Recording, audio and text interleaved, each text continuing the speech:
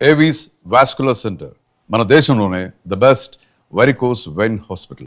మొత్తం ఓకే. ఎమ్మిగనూరు తర్వాత ఎక్కడికి వచ్చారు? ఎమ్మిగనూరు తర్వాత ఎమ్మిడి తర్వాత ఇక్కడికి వచ్చింది. ఓకే. డైరెక్ట్గా దిశ పోలీస్ స్టేషన్, దిశ పోలీస్ స్టేషన్, శక్తి అనుకుంటా ఇది మహిళా పోలీస్ స్టేషన్. మహిళా పోలీస్ స్టేషన్, మహిళా పోలీస్ స్టేషన్లో మీ రెండో పోస్టింగ్ ఇది. రెండో ఒకటి పోస్టింగ్, అనకాపల్లి, మూడో పోస్టింగ్, మూడో పోస్టింగ్ ఇది. ఒకటి అనకాపల్లి, ఒకటి అనకాపల్లి, ఎమ్మినూరు మహిళా. ఇది ఎమ్మిగనూరు కూడా మహిళా పోలీస్ స్టేషన్. లేదు, ఎమ్మినూరు సబ్ డివిజన్. మహిళా పోలీస్ స్టేషన్ అయితే అనకాపల్లి ఇదే. అది ఓకే. మీ పోలీస్ స్టేషన్కి వచ్చే వాళ్ళ కేసులు 498 వస్తుంటాయి అని ఎక్కువగా ఫాల్స్ ఉంటాయా, రియల్గా ఉంటాయా? ఇక్కడ ఉన్న మాకు వచ్చిన మహిళల కేసులకి అనకాపల్లిలో వచ్చిన మహిళల కేసులకి తేడా ఉంటుంది. సమస్య ఒకటే కనిపిస్తుందా లేదు వేరే విషయం కనిపిస్తుంది? అంటే ఆ ప్రాంతం తగ్గట్టుగా అక్కడ ఎక్కువగా వచ్చేవాళ్ళు బీదోళ్ళు ఉన్నారు. బట్ అక్కడ ఆల్కహాల్ కండిషన్ ఎక్కువ అక్కడ అనకాపల్లి ఏరియాలో. వాళ్ళు భర్త తాగి వచ్చి నన్ను కొడతాడు, నన్ను ఎట్లా అంటే అట్లా మాట్లాడతానని చెప్పి అక్కడ ఎడ్యుకేషన్ కూడా కొద్దిగా తక్కువనే. ఇక్కడ రకరకాల ఇప్పుడు అంటే ఎడ్యుకేషన్ పర్సన్స్ ఉంటారు, ఎంప్లాయీస్ ఉంటారు, వైట్ కలర్ ఎంప్లాయీస్ ఉంటారు, మొత్తం అంతా. ఇంతకుముందు గతంలో ఎట్లంటే మగవాళ్ళలోనే ఎక్కువగా మేల్ పర్సన్స్లోనే కొద్దిగా ఇది ఉండేది. ఇప్పుడు వాళ్ళు కూడా కొంత లేడీస్లో కూడా చైతన్యం అనేది వచ్చింది. సరే, 1,00,000 కారణాలు ఉంటాయి మొత్తం అంతా. వాళ్ళు అప్రోచ్ ఎక్కువ అవుతున్నారు రకరకాల, అంటే అడ్జస్ట్మెంట్ కాక ఫైనాన్షియల్ ఇది ఇండిపెండెన్స్ ఉంది కాబట్టి ఇంకా అంటే ఓర్పు లేకపోతుంది ఎక్కడ కానీ. ఇద్దరిలో కూడా ఎవరో పెద్దోళ్ళు కూడా నచ్చ చెప్పే స్టేజ్లో వాళ్ళు కూడా కనపడలే. గతంలో కొనుక్కుంటే స్టెప్ బై స్టెప్ చూసుకుంటా అంటే తల్లిదండ్రులు కూడా సముదాయించి ఏదైనా అడ్జస్ట్మెంట్ చేస్తామనే ఆలోచన కూడా వాళ్ళు వదిలిపెట్టారు. సరే, గతంలో అమ్మంటికి ఫోన్ చేసి అమ్మ నన్ను కొడుతున్నాడు తిడుతున్నాడు అంటే, కాదమ్మా అత్తవారిల్లి నీకు చివరి వరకు సర్దుకో కొంతకాలం అని నచ్చెప్పేవారు. ఇప్పుడు ఆ నచ్చెప్పే కార్యక్రమం పక్కకి వెళ్ళిపోయింది. నువ్వు కూడా వచ్చి డైవర్స్ ఇచ్చేద్దాం అంటారు. ఆ మార్పు కారణం ఏంటంటారు? ఇండిపెండెంట్ ఫైనాన్స్ ఇండిపెండెన్స్ వచ్చేసింది, చదువుకున్నారు.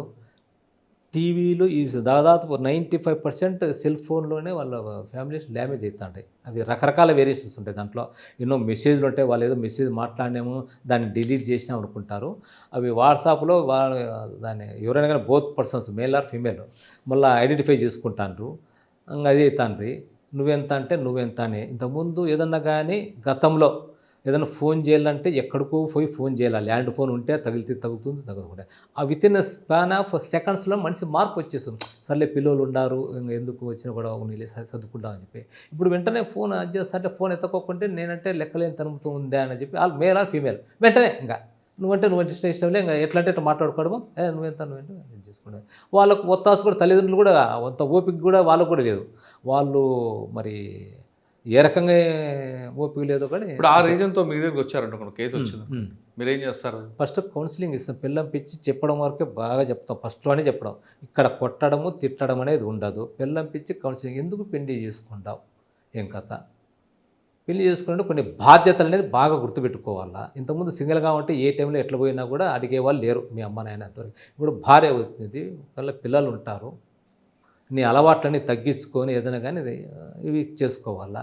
లేదు ఊరికే కొట్టడము తిట్టడము చేసిందంటే ఆమెకి ఏమన్నా ఏంటంటే కింద పడిందంటే నువ్వు నూకడంలోనే ఏదన్నా కానీ ఆమెకైనా తగిలి దెబ్బలు సరిపోతే పిల్లలు అనాలు అవుతారు.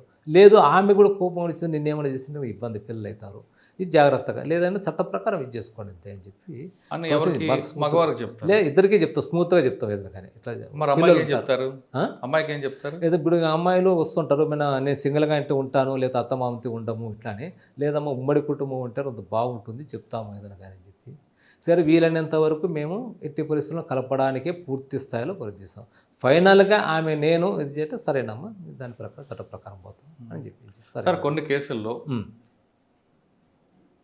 మొమెంది అప్పర్ హ్యాండ్ అయింది అనుకోండి, అటువంటి కేసులు వస్తుంటాయి. అటువంటి ఒక ఎగ్జాంపుల్ చెప్పండి, వచ్చిన కేసు. ఉమెన్ అప్పర్ హ్యాండ్ వచ్చాయి, కాకపోతే మనం సర్దుకొని మనం మగవాళ్ళకు చెప్తా ఉంటాం. నైనా పిల్లలు ఉండారు, ఇంకా ఒక 4-5 ఏళ్ళు పోయిందంటే వాళ్ళు కూడా స్టేజ్ వస్తారు. ఒకవేళ ఉమెన్ అప్పర్ హ్యాండ్ కేసులో ఖచ్చితంగా భార్య చేతుల్లో భర్త దెబ్బలు తింటాడు, బాంబరదలు కొడతారు, అత్త కొడతారు, మరి అప్పుడు మగవారికి రక్షణ ఉండదా? మగవాళ్ళకు రక్షణ అనేది ఉంటుంది. వాళ్ళు వచ్చి కొద్దిగా తక్కువనే వస్తారు, బట్ వస్తా ఉంటారు ఏదైనా కానీ. మనం సర్దుబాటు చేసి ఏదైనా అని చెప్పి మళ్ళీ జరపకుండా చూసుకోండి. లేదంటే సరే మీకు ఇష్టం లేదు ఏదైనా కానీ ఇంకా కోర్టు ద్వారా ఇది కాదండి, ఆ చేసుకోవాలి. భర్త భార్యను కొడితే పిలిపిస్తారు, మాట్లాడతారు, కౌన్సిలింగ్ చేస్తారు, కాదంటే డైవర్స్ ఇప్పిస్తారు. డైవర్స్ ఇప్పుడు మీ చుట్టూ కోర్టు పంపించేస్తారు. కోర్టు ద్వారానే అంతే. కానీ అది ఇక్కడికి వచ్చాక మీకు ఫ్యాక్ట్ తెలిసింది అనుకోండి, భార్యే భర్తను కొడుతుంది అన్నప్పుడు మీరు ఆ భర్తకి మీరు సపోర్ట్ చేస్తారా, ప్రొటెక్ట్ చేస్తారా, లేదు కొట్టమ్మా అంటారా? లే భర్త పిల్లంపించి మాట్లాడతాము, చూడమ్మా భార్య భర్తలు అంటే గొడవలు సాధించము, కానీ ఇది కొట్టుకుందంటే పిల్లల ముందర మళ్ళీ ఇవి అవుతాయి, మరీను బంధువుల్లోనూ అంత ఇబ్బంది అవుతుంది అని చెప్పి చెప్తాం ఏదైనా కానీ. ఇట్లా ఉంటాక సరే మీకు ఇష్టం లేదు రైట్ ఏదైనా కానీ అది చట్ట ప్రకారం ఇది తీసుకోండి అని చెప్పి అంతేగాని చెప్తాం. సెక్షన్లో ప్రొటెక్ట్ చేయవా? సెక్షన్లో ప్రస్తుతానికి ఇక్కడైతే ఈ మహిళా పోలీస్ స్టేషన్లో ఆయనకి సాధారణంగా 490 ఉంది డౌరీ హెరాస్మెంట్, అది చేస్తా ఉంటాం. అది ఒకవేళ భర్త భార్యను కొడితే మీరు 324 ఐపీసీ ఏదైనా చేస్తా పెడతారు. ఉంటుంది. కానీ మీ ఫ్యాక్ట్ లో మీరు ఎంక్వైరీ చేసిన తర్వాత భార్యే భర్తను కొడుతుంది, భార్య తరపు వాళ్ళే భర్తను హింసిస్తున్నారు అన్నప్పుడు మీరు ఆ భార్య మీద కేసు పెడతారా, పెడితే ఏ సెక్షన్ పెడతారు?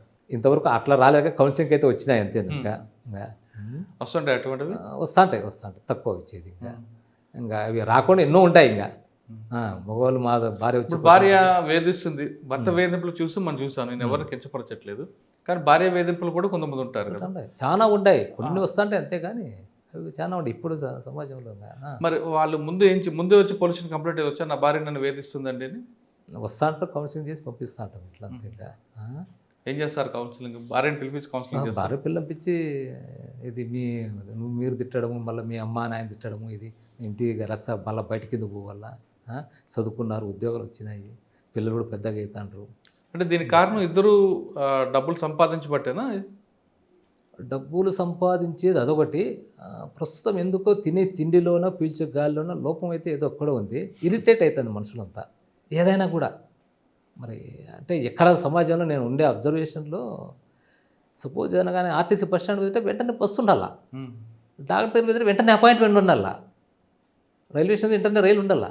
అంటే ఓపికనే నశించింది అది, ఎందుకు ఎక్కడనే అది, కానీ ఇంకా వెంటనే అంతే. ఇంకా అది అట్లా ఏదైనా కూడా భార్య పోతా ఇంటికి పోతా ఇంట్లో వంట వండిండాలి అంతే, ఇంకా రెడీగా. లేదు భర్త పోతాను, భర్త పికప్ చేసుకోవాలి వెంటనే, నేను డ్రాప్ చేయాలా, ఇట్లా ఉంది అనమాట. ఓర్పు అనేది దాదాపు తగ్గింది ఇంత ముందుకు ఇప్పటికి. ఈ కమ్యూనికేషన్ పెరిగిపోయి, ట్రాన్స్పోర్టేషన్ పెరిగిపోయి, వెంటనే ఇంకా ఇవి కొన్ని ఉంటాయి. ఇవన్నీ మొత్తం అంతా ఓపిక నశించింది అంటారు. ఓపిక నశించింది.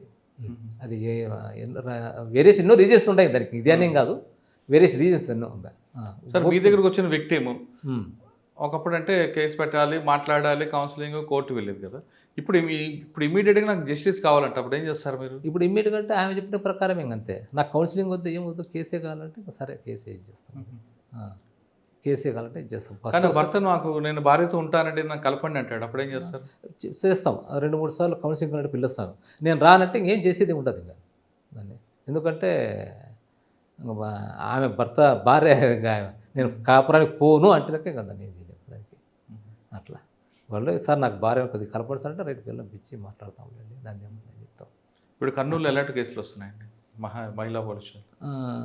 ఇదే హరాస్మెంట్ కేసెస్ వస్తున్నాయి మొత్తం అంతా. భర్త వేధిస్తున్నాడు, భర్త తరపున వేధిస్తున్నాడు కట్నం కోసము అని చెప్పి, దాంట్లో ఎన్నో రకరకాలుగా ఉంటాయి రీజన్స్.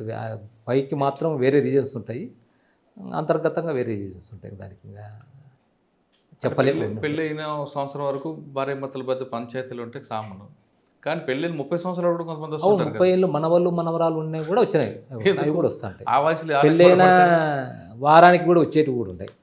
ఏదో నా భర్త పనికిరాడు సరే వారానికి వచ్చారంటే అర్థం ఉంది, మనల్ని పుట్టే గొడవే ఉంటుంది. మనవాళ్ళు మనవరాలు వచ్చినా అవి కూడా వచ్చినాయి, అవి కూడా కేసు రిజిస్టర్ కూడా చేసినాయి. ఎందుకు? వాళ్ళు ఏంటి అండర్స్టాండింగ్, కొంతమంది స్వేచ్ఛంగా కోరుకుంటారు వాళ్ళు. ఇప్పటికి కూడా నేను ఇది చేయాలని చెప్పి వాళ్ళు ఇదైతే అంటారు. అట్లా స్వేచ్ఛగా ఉండాలనుకున్నా కూడా ఇప్పటికి కూడా ఇబ్బంది పెడతానని చెప్పి అట్లా అవి కూడా కేసు రిజిస్టర్ చేసినాయి కూడా. దాంట్లో కూడా ఉంటాయి 30 years పైన పెళ్ళి, మనవాళ్ళు మనవరాళ్ళు, పిల్లలు మంచి పొజిషన్లో ఉండేవాళ్ళు ఉంటారు, మంచి డాక్టర్స్ అట్లా ఉండేవాళ్ళు ఉంటారు. మహిళా పోలీస్ స్టేషన్ అని ప్రతి జిల్లాలో పెట్టారు, ఒక ఆంధ్రప్రదేశే కాదు తెలంగాణ అన్ని రాష్ట్రాలు. అంటే అంత క్రైమ్కు ఉన్న కెపాసిటీ ఉందండి ఇక్కడ పోలీస్ స్టేషన్కి? క్రైమ్ కాదు, వీళ్ళే కౌన్సిలింగ్కి ఎక్కువ మంది వస్తుంటారు. రోజుకి ఎంతమంది రావచ్చు? రోజు మంచి ఒకసారి ఒక సందర్భంలో 10 మంది రావచ్చు, ఒకసారి 20 మంది రావచ్చు, ఒకసారి అదంటే ఇక్కడ వాళ్ళు సినారీ చూసుకుంటారు. బందోబస్తు ఎవరు లేరంటే బందోబస్తు ఎక్కువ బయటకు పోవచ్చు వేరే డ్యూటీలకు. ఎవరు లేరు అంటే అంటే వాళ్ళు రారు, ఎవరు ఉన్నారంటే సందర్భాన్ని బట్టి వెంటనే వచ్చేస్తారు. అట్లా ఇప్పుడు మీరు ముందు భార్య కంప్లైంట్ ఇస్తుంది ఉమ్, భర్త మీద, ఉమ్, పిలిపిస్తారు, ఉమ్. ఆయన రాడు, రానప్పుడు ఏం చేస్తారు? 2-3 సార్లు కూడా పిల్లంపిస్తాం. మళ్ళీ అట్లా వాయిదా ఏమైనా తీసుకుంటారమ్మా ఎట్లా ఏం కదా, ఇతను పిల్లంపిస్తే రాలే, అట్లనే మేము అతన్ని బలవంతంగా పిలుచుకొని రాము. మళ్ళీ ఎట్లమ్మా అంటాక లేదు సార్ మళ్ళీ వాయిదా ఇవ్వండి సార్ అంటే ఓకే, ఆ టైం కూడా ఇచ్చేస్తాము, మళ్ళీ చెప్తాము. అట్లా కనుక సరేమో 3 టైమ్స్ పిల్లంపించాను రాలేదు, రైట్ ఏం చేయమంటాం, సరే కేసు రిజిస్టర్ చేయమని చెప్తాం. చట్ట ప్రకారం కాదని మేము పోయి మళ్ళీ దాని ప్రకారం ప్రొసీజర్ ప్రకారం ఫాలో అవుతాం. అట్లా దీంట్లో 2 పొల్యూషన్లు చేశారు సబ్ డివిజన్ మహిళా పొల్యూషన్. మీకు బాగా గుర్తుండిపోయిన ఒక కేసు చెప్పండి. దీంట్లో మహిళా పొల్యూషన్ వచ్చిన కొంతమంది మంచి హై వైట్ కలర్ వాళ్ళు వచ్చినారు, సొసైటీలో మంచి నేమ్ ఫేమ్ ఉండేవాళ్ళు. ఇద్దరి మధ్య అండర్స్టాండింగ్లు సరిగా లేక వాళ్ళు వచ్చిన కౌన్సిలింగ్ ఇచ్చినాం ఒక 2 టైమ్స్. లేదా నేను చేయను అని చెప్పి మంచి హై ప్రొఫైల్ ఉండేవాళ్ళు, పేరే అవసరం లేదు ఇక్కడ. అట్లా మళ్ళీ వాళ్ళు కోర్టుకు మళ్ళీ కోర్టుకు పెట్టేసినాం మొత్తం అంతా. అది అట్లా కూడా ఉంటాయి ఇంకా హై పొలిటికల్ కానీ. ఈ కేసులో ఈ సెక్షన్ ఆ సెక్షన్ లేదు, అంతే. మిడిల్ క్లాస్, ఆ క్లాస్, ఈ క్లాస్ ఏమీ లేదు, అంతే. దీంట్లో ఎవరైనా వస్తా అంటారు అంతే. దీంట్లో చిన్నోడైనా వస్తారు, పెద్దోడైనా వస్తారు, ఎందుకంటే కేసు అంతే ఇంకా అడ్జస్ట్మెంట్ కాక. కానీ మీకు తెలుస్తుందా అందులో కేసులో కంటెంట్ లేదు, ఇది ఫాల్స్ అని, మరి అప్పుడేం చేస్తారు? ఆమె ఏం చెప్తే దాని ప్రకారం వస్తుంది. కానీ మీకు తెలుసు అందులో దాంట్లో ఉంటుంది సరేనమ్మా అని చెప్పి చేస్తాను. మీ డెసిషన్ చూపించరు, మీ డెసిషన్ ఉండదు. ఇప్పుడు ఈ ఇన్సైడ్ ఉంటుంది కదా జరిగేది ఏదైనా, కానీ ఆమె ఒక్కత చెప్పినా కూడా ఆమె ప్రకారం పోతుంది అంతే. ఇంకా ఇప్పుడు దీని మిగతా ఏదైనా కాక ఎవరు కొట్టినారు, ఏం కథ, ఎవరు చూసినారు అనేది ఉంటుంది. దీంట్లో ఇన్సైడ్ కదా జరిగేది. సో వీళ్ళు ఇంకా అంటే ఎవరినో ఇస్తాంటారు పెళ్లి చేసిన పెద్ద మనుషులు అంతాను, అప్పుడు చెప్తాము ఎవరు దీనికి కరెక్ట్ పర్సన్ వాళ్ళు మాత్రం ఇది చేయండి, అంత ఎవరు పెద్ద మనుషులు చేసింటారు వాళ్ళు, కానీ వస్తాంటారు కొంతమంది.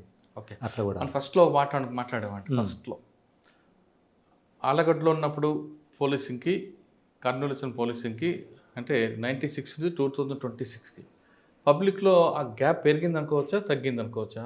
దానికి కారణం పోలీసుల యాటిట్యూడా, పబ్లిక్లో ఆ జనరేషన్ మార్పు అనుకోవాలా? పోలీస్ యాటిట్యూడ్ అట్లే ఉంది, జనరేషన్ గ్యాప్ ఎక్కువ ఉంది. మొత్తం అంతా అవేర్నెస్ ప్రోగ్రామ్, అవేర్నెస్ ఎక్కువ ఉంది పబ్లిక్లో. తర్వాత బాధ్యత అనేది లేదని చెప్తే కదా, హక్కులు మాకు హక్కు, రైట్, ఎందుకు చేసుకుంటావు, ఎందుకు కదని. ఇంతకుముందు అట్లా అడిగేవాళ్ళు లేరు. ఒక అడిగినా చెప్తా అంటే వింటా అంటే వాళ్ళు. ఇప్పుడు అడిగేవాడు ఎక్కువైనాడు, చెప్తా అంటే వినలేరు, ఇది వచ్చింది మొత్తం అంతా. మరి మార్పు రావాలంటే ఏం చేయాలి? రెమెడీ అది ఎవరో చెప్తేనే కాదు, ప్రతి ఒక్కరికి సెల్ఫ్గా ఉండాలి అది.